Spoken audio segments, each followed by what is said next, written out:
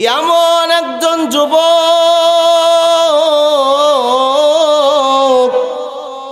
যেই যুবকের জীবন যদি আপনি অনুসরণ করেন, আল্লাহ পাক আপনাকে জাহান্নাম থেকে মুক্তি দিয়া জান্নাতের দিকে আপনাকে পথ দেখাবেন। এমন একজন যুবক। ও যুবক বন্ধু রে, ও মা, খুব মনোযোগ দিয়ে শ্রবণ করো। যেই যুবকের সাথে যদি তোমার জীবনের আমলগুলো মিলে যায়, তুমি সমস্ত বিপদ থেকে মুক্তি থাকবা। ওই যুবকের কথার সাথে যদি তোমার কথার মিল হয়, আল্লাহ পাক তোমার কথাগুলো কিয়ামতের দিন দাড়ি পাল্লায় মাফ করে সওয়াবের পাল্লায় দিয়ে জান্নাতি বানায়া দিবেন। ওই যুবকের পোশাকের সাথে যদি তোমার পোশাকের মিল হয়, আল্লাহ পাক তোমার ওই পোশাকটাকে জান্নাতের পোশাক হিসাবে কবুল করবেন। ওই যুবকের মাথার চুলের সাথে যদি তোমার চুলের মিল হয়, আল্লাহ পাক তোমার চুলটাকে জান্নাতের চুল বানায়া দিবেন। ওই যুবকের খানার সাথে যদি তোমার খানার পদ্ধতি মিল হয়, তোমার খানা খাওয়াটা হবে জান্নাতে যাওয়ার একটা মাধ্যম। এমন যুবকের গল্প তোমার শোনাবো।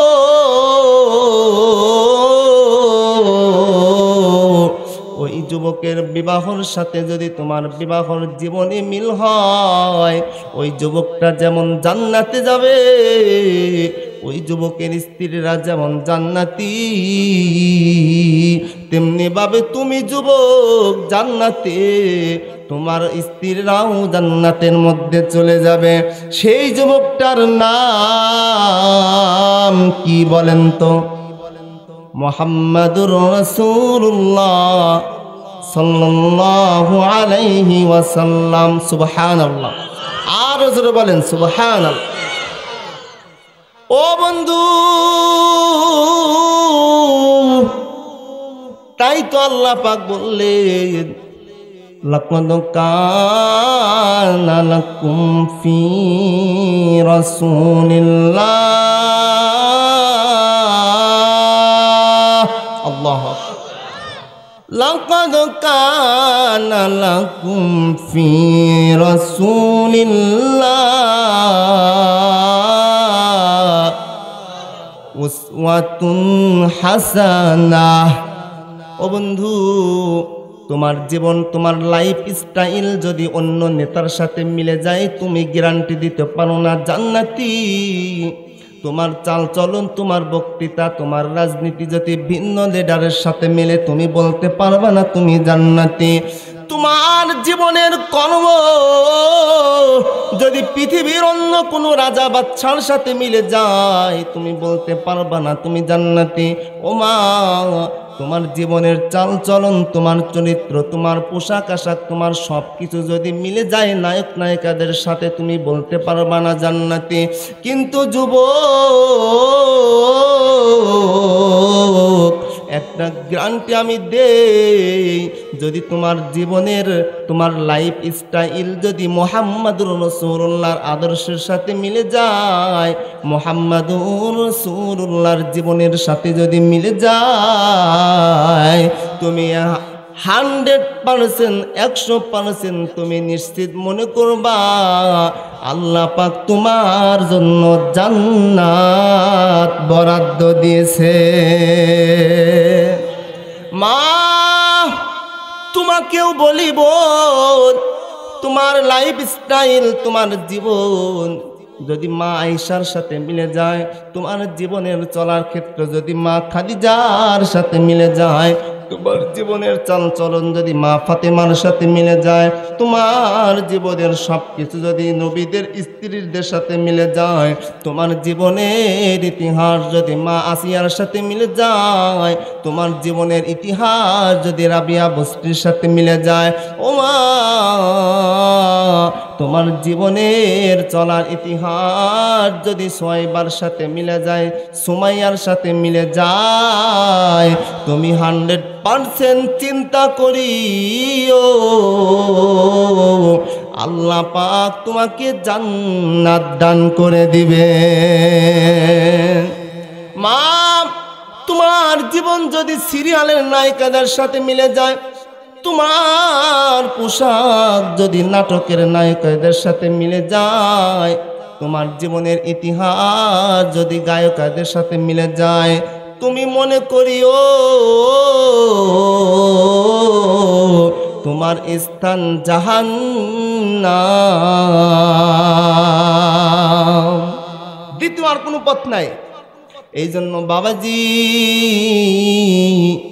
একটা যুবকের জীবনে আমি শোনাবো, যে এই যুবকের জীবনে শুনলে গুনাহ মাফ হয়ে যায়, এমন একজন যুবকের জীবনে শোনাবো, যেই যুবকের জীবনী অনুসরণ করলে জীবনের সব দুঃখ কষ্ট মুছে যায়।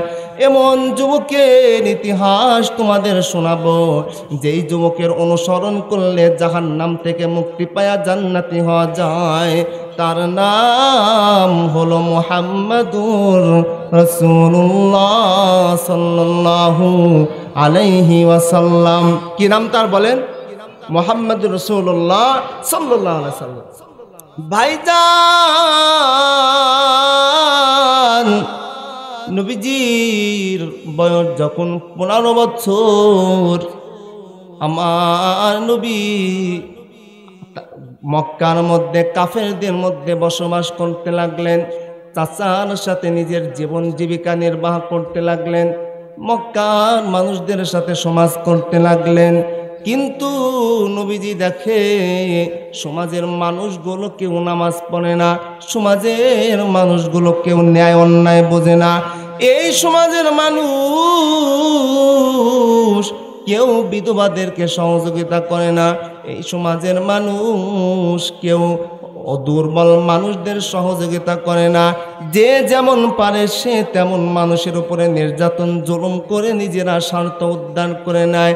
মানুষগুলো বিপদের মধ্যে পড়িয়া নিঃশ্বাস ফেলতে পারছে না, মানুষগুলো বিপদের মধ্যে পড়িয়া নিজেরা অনিশ্চিত ভবিষ্যতের দিকে যখন আগায়, আল্লাহর নবী চিন্তা করলেন এই সমাজকে পরিবর্তন করতে হবে, এই সমাজের মানুষদেরকে আল্লাহমুখী করতে হবে, এই সমাজের মানুষদেরকে অন্যায় থেকে বাঁচাইতে হবে।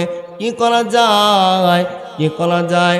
নবীজি চলে গেলেন তার চাচা জুবাইর ইবনে আব্দুল মুত্তালিবের কাছে। জুবাইর ইবনে আব্দুল মুত্তালিবের কাছে যায় বললেন, ও চাচা, আমাদের সমাজের মধ্যে যে ক্যান্সার লাগছে, যে ব্যাধি লাগছে, যে অবস্থা শুরু হয়েছে, এই অবস্থা থেকে মুক্তি পাওয়ার জন্য একটা পদ্ধতি গ্রহণ করতে চাই। চাচা বললেন, ভাতিজা মুহাম্মদ, কি করতে চাও, কি করতে চাও বলো দেখি শুনে। এবার মুহাম্মাদুর রাসূলুল্লাহ আজকের যুবকদের মতো 15 বছরের কিশোর, 15 বছরের যুবক, নবীজি বললেন, চাচা যান, আপনি যদি রাজি থাকেন আমি একটা সংগঠন করতে চাই, আমি একটা গ্রুপ করতে চাই, আমি একটা সার্কেল তৈরি করতে চাই, যেই সার্কেলটার কাজ থাকবে অসহায় মানুষদেরকে সেবা করা, যেই সার্কেলটার কাজ হবে বিধবা মহিলাদেরকে সহযোগিতা করা, যেইখানে মানুষগুলো নির্যাতিত, নিপীড়িত, অত্যাচারিত মানুষের কাছে শোষিত হচ্ছে, এই মানুষদের ন্যায্য অধিকার ফিরাইয়া দেওয়া, যেখানে মানুষদের পাওনাটা ফিরাইয়া দেওয়া।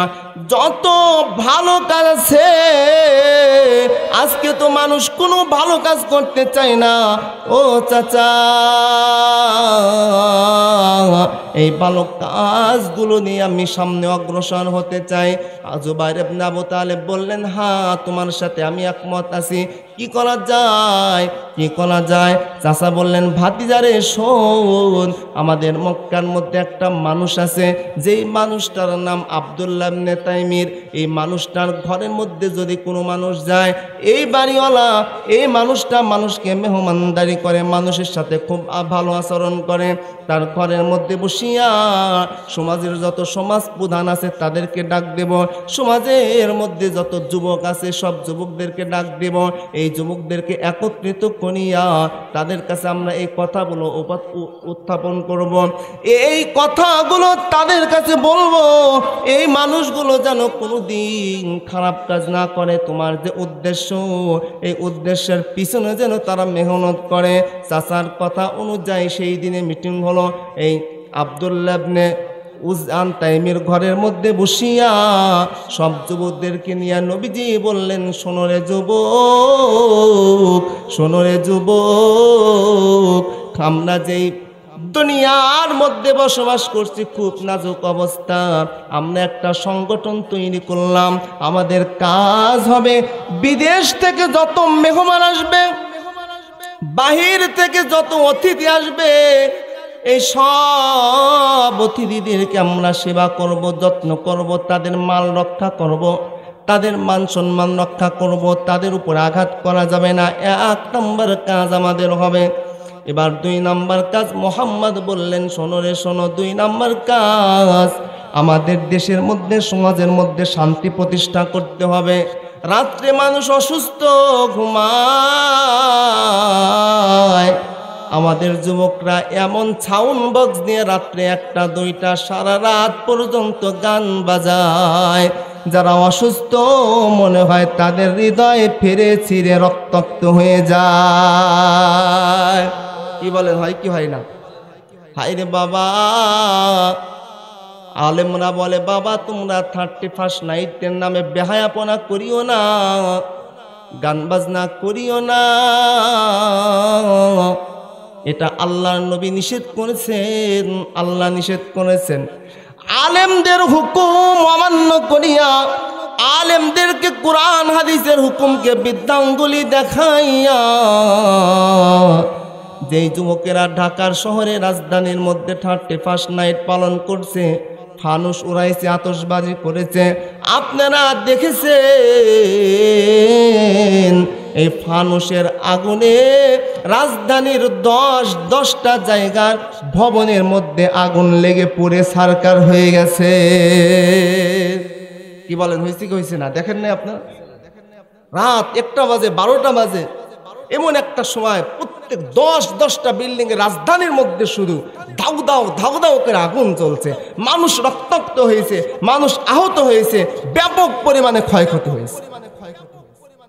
কিসের আশায়, কিসের নেশায় এগুলো করতেছে তোমরা? বেহায়াপনা, নির্লজ্জতা, বিবেক তোমাদের এমন ভাবে নষ্ট হয়ে গেছে, কোনটা ন্যায় কোনটা অন্যায় তোমরা আজকে বুঝতে পারতেছ না।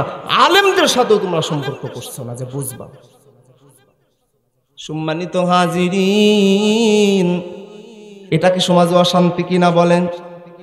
রাত্রে যখন 12টা 1টা বেজে যায়, যুবকরা কারো কথা শোনে না। যুবকদের একটা দায়িত্ব বুঝা দিতে হয় না? নামাজের কথা বলতে হয় যুবকদের, রোজার কথা বলতে হয় যুবকদের, দাওয়াতের কথা বলতে হয় যুবকদের, কোরআন তেলাওয়াতের কথা বলতে হয় যুবকদের, অন্যান্য সব ভালো কাজের কথা হাতে ধরে পায়ে ধরে অনুরোধ করে রিকোয়েস্ট করে কত কিছু বলে তাও যুবকদের দায়িত্ব বুঝা দেওয়া যায় না। আর বাবা মার সাথে তো খারাপ আচরণ আছে এই যুবকদের। কি বলেন, আছে না? বাবা মার সাথে তো যুবকরা খারাপ আচরণ করে, এটা তো তাদের নিত্যদিনের কারবার। গার্লফ্রেন্ডের সাথে ভালো ব্যবহার করবে, মায়ের সাথে বেয়াদবি করবে, এটা যুবকদের চরিত্র। তো অন্যান্য যত কাজ আছে সব কাজ যুবকদেরকে বলে দিতে হয়, কিন্তু একটা দায়িত্ব যুবকদের বোঝা দিতে হয় না, কিশোরদের বোঝা দিতে হয় না, বাচ্চাদের বোঝা দিতে হয় না। সেটা কি বলেন তো? গান বাজনা। একটা বাড়ি সুন্নতে খাতনা, বেহায়াপনা অনুষ্ঠান চলবে। সুন্নতে খাতনার অনুষ্ঠান কিসের? এটা তো একটা গোপনীয় বিষয়। কি কাটছে বলেন? সুন্নতে খাতনা কি কাটা? এটা কোনো অনুষ্ঠান হয়? বেহায়াপনা আমাদের মধ্যে আসছে, এটা আমরা করি। কিন্তু এই অনুষ্ঠান হলে কিশোর আর যুবক যারা থাকে এদের বলতে হয় না সেখানে সাউন্ড বক্স আনতে হবে, গান বাজাইতে হবে। এই দায়িত্ব তারা নিজেরাই পালন করে। কি বলেন, ঠিক কি ঠিক না? বিয়ে শাদী হবে, সেখানে পানি খাওয়াইতে হবে, খাদ্য পরিবেশন করতে হবে, অনুষ্ঠানটা ভালোভাবে করতে হবে, এইটা তাদের বুঝাইতে হয়।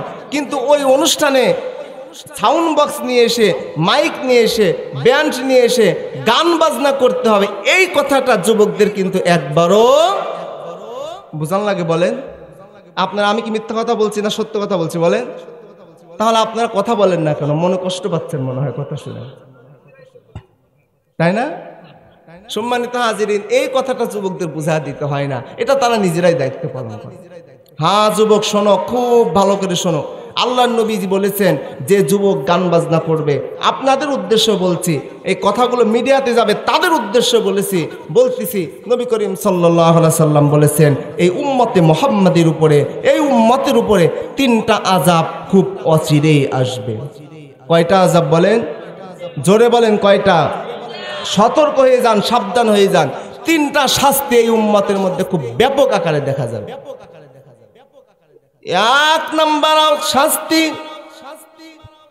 এই উম্মতের মধ্যে আল্লাহ পাক ভূমিকম্প দান করবেন, ভূমিকম্প দিয়ে দেবেন। কি দেবে বলেন? আজকে দেখেন তো আমাদের সমাজে ভূমিকম্প হয় কি হয় না বলেন? হয় কি হয় না বলেন? ভূমিকম্পতে কত রাজ্য সরকার হয়ে যায়, কত বসত বাড়ি ধ্বংস হয়ে যায়, শেষ হয়ে যায়। ভূমিকম্পের তীব্রতায় মানুষগুলো ভয়ভীত হয়ে যায়।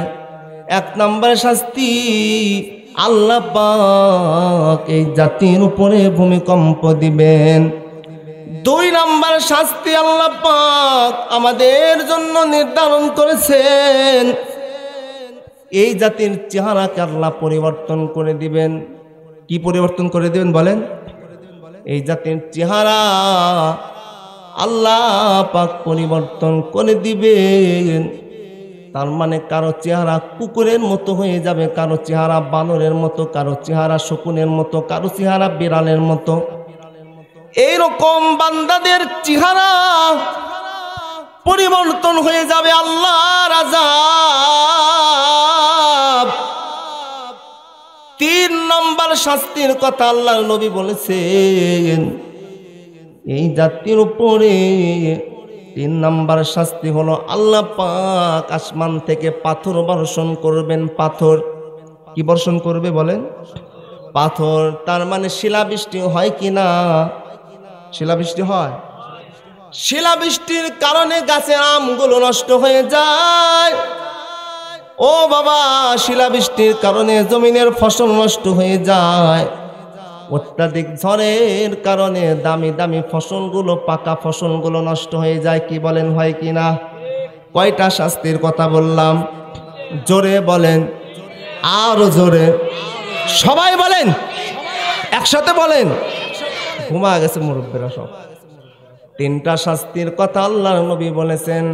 1 নাম্বার ভূমিকম্প, 2 নাম্বার চেহারা পরিবর্তন, 3 নাম্বার আকাশ থেকে আযাব, তার মানে পাথর বর্ষণ হবে।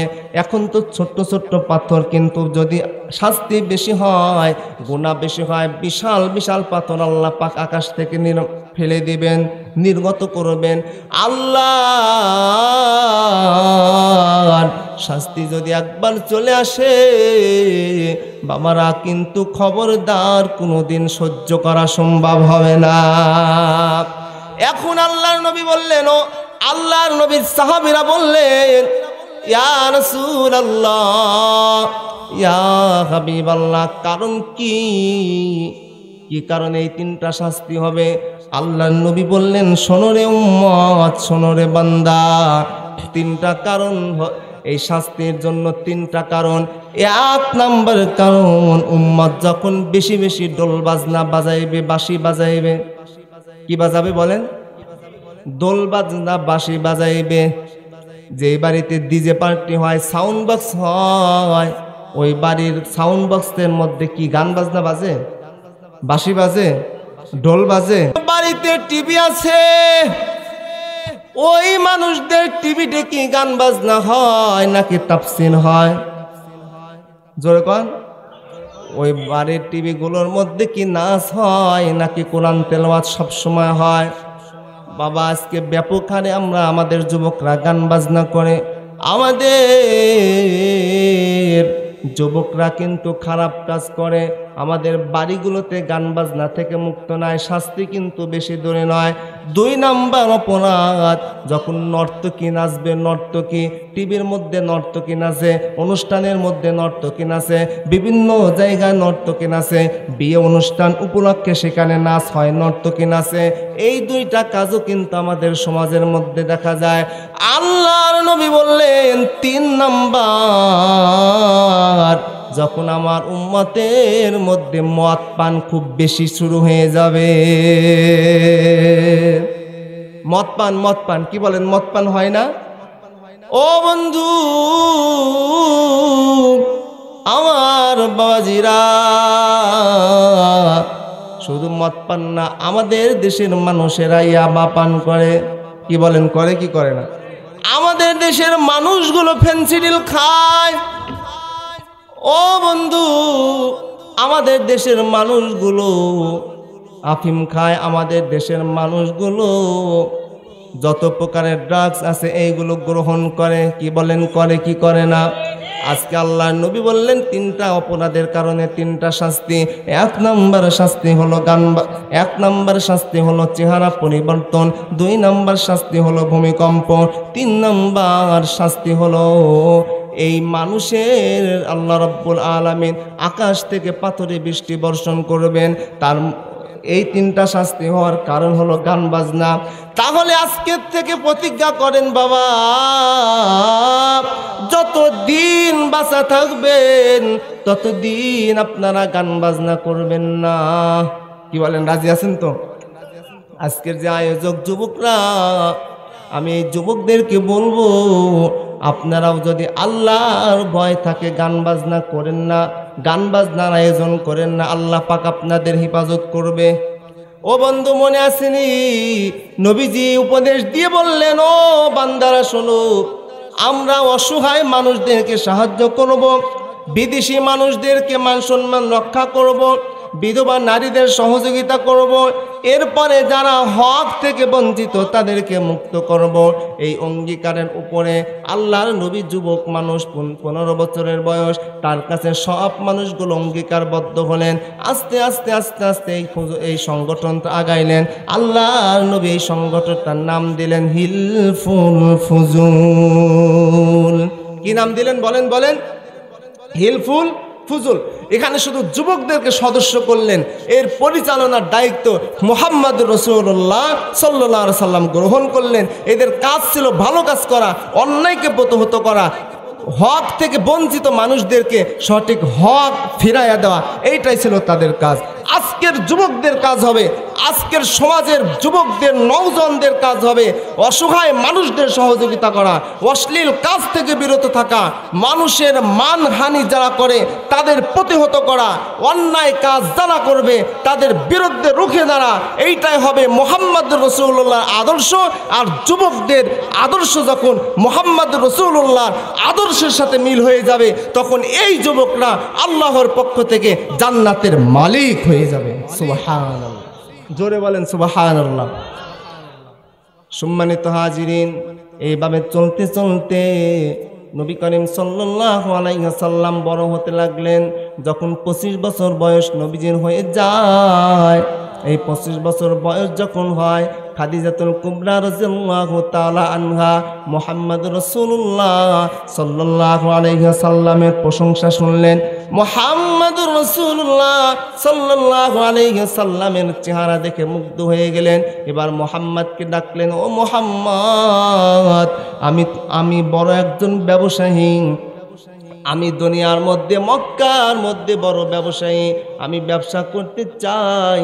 বিভিন্ন মানুষ আমার ব্যবসার চুক্তি নিয়ে তাদেরকে লভ্যাংশ দেয়, তারা ব্যবসা করে। মুহাম্মদ, তুমি কি রাজি আছো? আমার ব্যবসা মক্কার থেকে নিয়ে যাবা সিরিয়ার দিকে, ব্যবসা করে আবার নিয়ে আসবা। আমি অন্য মানুষদেরকে যেমন লভ্যাংশ দেই তার থেকে তোমাকে বেশি লভ্যাংশ দেব। মুহাম্মদ রাসূলুল্লাহ বললেন, হ্যাঁ আমি রাজি আছি।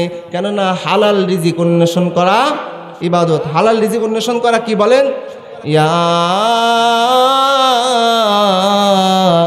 আইয়ুহাল্লাযীনা আমানু ইযা নুদিয়া লিস-সালাতি মিন ইয়াউমিল জুমআহ।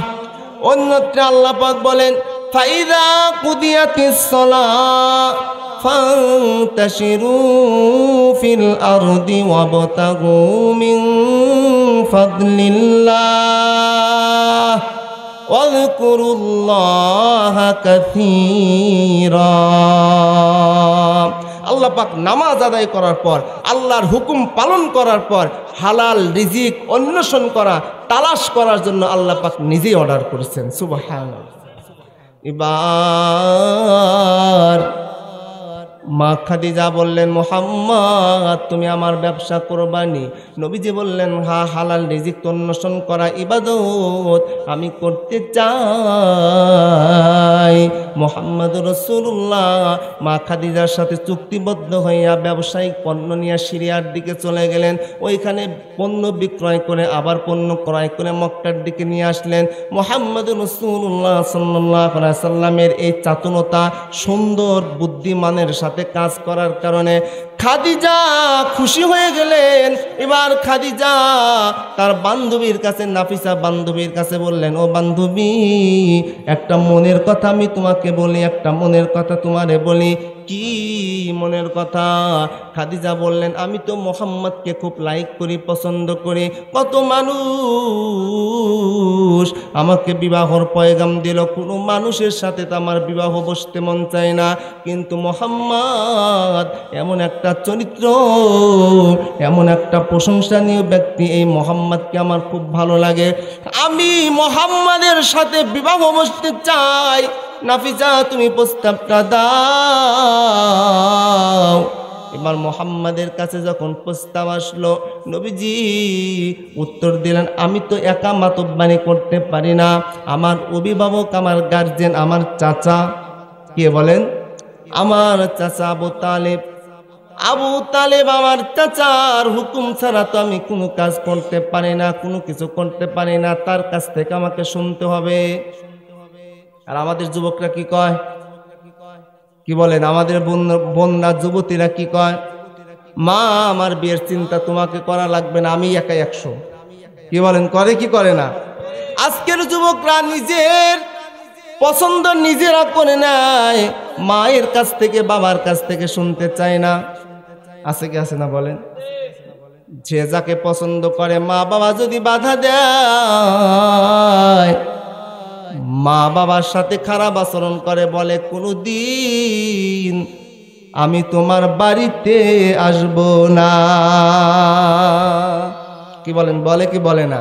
আর ফোন তো আছে, মোবাইল তো আছে, কত অহরহ ঘটনা আসছে যে যার সাথে সম্পর্ক করছে, ক্লাস 9-এর একটা ছেলে, ক্লাস 10-এর একটা মেয়ে, এরা আজই কি বোঝে দাম্পত্য জীবনে, তারা পরস্পর সম্পর্ক করছে, একজন আর একজনকে না পাওয়ার কারণে দুইজনই রশির সাথে ঝুলছে। কি বলেন? এরকম ঘটনা একটা নাকি অহরহ আছে? বলেন অহরহ, এমন ঘটনা এরকম ঘটছে। হাই রে যুবক, হাই রে যুবক। হ্যাঁ, আর তো মোবাইল আছে, মোবাইল রাত 12টার পরে শুরু হয়, ফেসবুক, মেসেঞ্জার, বিভিন্ন ভাবে রাত 12টার পরে এদের দিন শুরু হয়। অনেক যুবক যুবতীদের রাত 12টার পরে কি শুরু হয় বলেন? দিন শুরু হয়। মানে চোরও ওই বাড়িতে ঢুকে শান্তি পাবে না, চিন্তা করতেছে আমি যে ঢুকবো, সে তো মুনাজাত ধরে বসে আছে মোবাইল নিয়ে, চোরও ঢুকতে পারে না, চোরও পালা। এত বড় একটা অবস্থা শুরু হয়ে গেছে। এই জন্যই বলে, মোবাইলের কথায় আমি কি বলিব ভাই, অল্প টাকায় মোবাইল কিনতে পাওয়া যায়, বাবার কষ্টের টাকা দিয়ে মোবাইল চালায়, কি যুগ এলো রে বাংলায়। কি বলেন? হচ্ছে কি না এরকম? আজকাল মোবাইল একটা ঘটক হয়ে গেছে। সে কোথায় পাবনাতে বসবাস করে, আর কোথায় সেই বরিশাল, পটুয়াখালী, ভোলা, এদের সম্পর্ক হয়ে যায়। তো বলে এদের ঘটক, এরা বলে মোবাইল এদের ঘটক। এইরকম বিয়ে শাদী হয়ে যাচ্ছে। সম্মানিত হাজিরিন, তো মুহাম্মদ রাসূলুল্লাহ সাল্লাল্লাহু আলাইহি সাল্লামের কাছে যখন প্রস্তাব আসলো, মুহাম্মদ সাল্লাল্লাহু আলাইহি সাল্লাম কি বললেন বলেন? আমি বলতে পারি না, আমার গার্জিয়ান, আমার অভিভাবক, আমার মাতব্বার আছে, সে যেটা বলে সেইটা। চাচার কাছে মোহাম্মদ রাসূলুল্লাহ সাল্লাল্লাহু আলাইহি সাল্লাম বললেন, চাচা খাদিজাতে এরকম প্রস্তাব দেয়, কি করা যায়? তখন চাচা বললেন, হ্যাঁ, খাদিজার যারা অভিভাবক আছে, গার্জিয়ান আছে, তাদের সাথে আমি কথা বলবো। সুবহানাল্লাহ।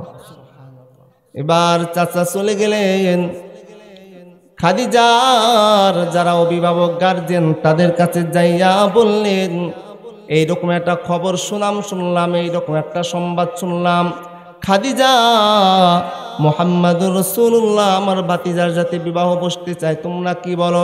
উভয় পক্ষ যখন রাজি হয়ে যায়, একটা সম্ভ্রান্ত ফ্যামিলি, একটা সুন্দর জায়গায়, একটা শালীন পরিবেশে মুহাম্মাদুর রাসূলুল্লাহ সাল্লাল্লাহু আলাইহি সাল্লামের সাথে খাদিজাকে সকলেই মিলে বিবাহ শাদী দিয়ে দিলেন। মুহাম্মদুর রাসূলুল্লাহর সাথে খাদিজা রাদিয়াল্লাহু তাআলা আনহার বিবাহ শাদী হয়ে যায় একটা শালীন পরিবেশে, সুন্দরভাবে। নবী করিম সাল্লাল্লাহু আলাইহি সাল্লাম খাদিজাকে ওই বিবাহ অনুষ্ঠানে বিবাহর জন্য মহরানা স্বরূপ 20টা উটনি দান করেন। কয়টা উট দেন বলেন? 20টা উট। আজকাল তো আমরা বিবাহ শাদীর অনুষ্ঠান করি, যৌতুক ঠিকই পানা দেনা হয়, লেনদেন হয়, কিন্তু বিবাহর মধ্যে যে আপনার ওই যে মহরানা দিতে হয়, এইটা আমাদের অনেকে জানেই না। বিবাহ শুদ্ধ হওয়ার জন্য, বিয়ে শুদ্ধ হওয়ার জন্য মহরানা একটা শর্ত। দেনমোহর যদি আদায় না করা হয়, নির্ধারণ করা না হয়, না দেওয়া হয়, তাহলে বিয়েটাই শুদ্ধ হয় না। এটা আমরা কোনো পক্ষে ঠিক মতো জানি না। কি বলেন, ঠিক কি ঠিক না? নবী করিম সাল্লাল্লাহু আলাইহি সাল্লাম এবার বিবাহ শাদী হয়ে গেল, সংসার করছেন, কিন্তু মক্কার মানুষদের নিয়ে চিন্তা করতে লাগলেন, হাই রে, এই মক্কার মানুষদেরকে নিয়ে কি করা যায়? এই মানুষগুলো তো সঠিক পথে আসছে না। চলে গেলেন নবীজি হীরার মধ্যে, গাড়ে হীরার মধ্যে, সেখানে চিন্তা করলেন, পেরেশানি করতে লাগলেন। চিন্তা করতে করতে আল্লাহর পক্ষ থেকে ওহী চলে আসলো, মুহাম্মদুর রাসূলুল্লাহর উপর আল্লাহ পাক কিতাব নাজিল করলেন। আল্লাহ পাক ওহী নাজিল করে তাকে দ্বীনের দাওয়াত দিতে বললেন। নবী করিম সাল্লাল্লাহু আলাইহি সাল্লাম দ্বীনের প্রচার প্রচারণা করছেন। এমন সময় তারা সারা মক্কার মধ্যে নবী করিম সাল্লাল্লাহু আলাইহি সাল্লামের একটা প্রচার প্রসারণা শুরু হয়ে গেল।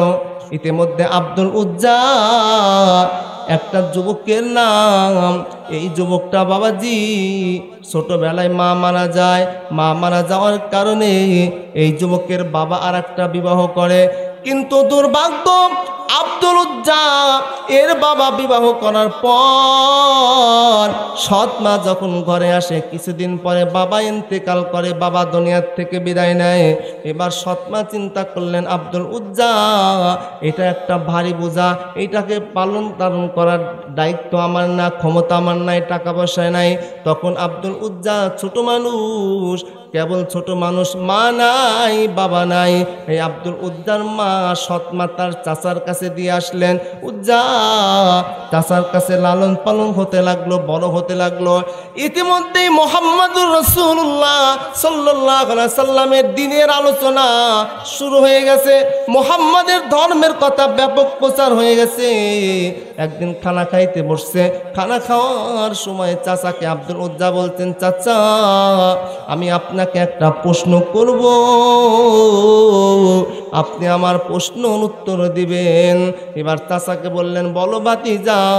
ভাতিজা বলছেন, চাচা গো, মুহাম্মাদুর রাসূলুল্লাহ সাল্লাল্লাহু আলাইহি সাল্লাম যেই ধর্মের কথা বলে, এই ধর্মটা কেমন, ঠিক না ব্যাঠিক? আর মুহাম্মাদের চরিত্র ঠিক না ব্যাঠিক, আপনি বলবেন। এবার চাচা বলে, আব্দুল উজ্জা রে, আমি একটা কথা বাস্তব বলি, মুহাম্মাদের চরিত্র মক্কার দ্বিতীয় কোনো মানুষের কাছে নাই। কাফের, চাচা কাফের। আর ধর্মের কথা বলেন, ধর্মের ব্যাপারে আব্দুল উজ্জার উত্তর দেয়, ভাতিজা মুহাম্মাদের ধর্মের মতো সত্য ধর্ম আর দ্বিতীয়টা পৃথিবীতে একটাও নাই। সুবহানাল্লাহ, আরো জোরে বলেন সুবহানাল্লাহ। এবার চাচার উত্তর শুনিয়া ভাতিজা বলেন, চাচা গো, তবে কেন মুহাম্মাদের ধর্ম আপনি পালন করেন না, মানেন না? এবার চাচা বললেন, ও ভাতিজা চুপ থাক, বুঝবি না? মুহাম্মাদের ধর্ম এক জিনিস, আর আমার বাপ দাদার ধর্ম আর এক জিনিস। সে বলে, হ্যাঁ মুহাম্মাদের ধর্ম একটা জিনিস, আর বাপদাদার চরিত্র, বাপদাদার ধর্ম, বাপদাদার রেখে যাওয়া নিয়ম কারণ এটা আলাদা জিনিস। আমি বাপদাদারটা ছেড়ে তো মুহাম্মাদেরটা গ্রহণ করতে পারি না। এই কথা চাচা বললেন। এবার আব্দুল উজ্জা বললেন, চাচা আপনি মানেন আর না মানেন, আপনি শোনেন আর না শোনেন, মুহাম্মাদকে কবুল করেন আর না করেন, আমি আব্দুল উজ্জা মুহাম্মাদের রবের প্রতি ঈমান আনিলাম। সুবহান।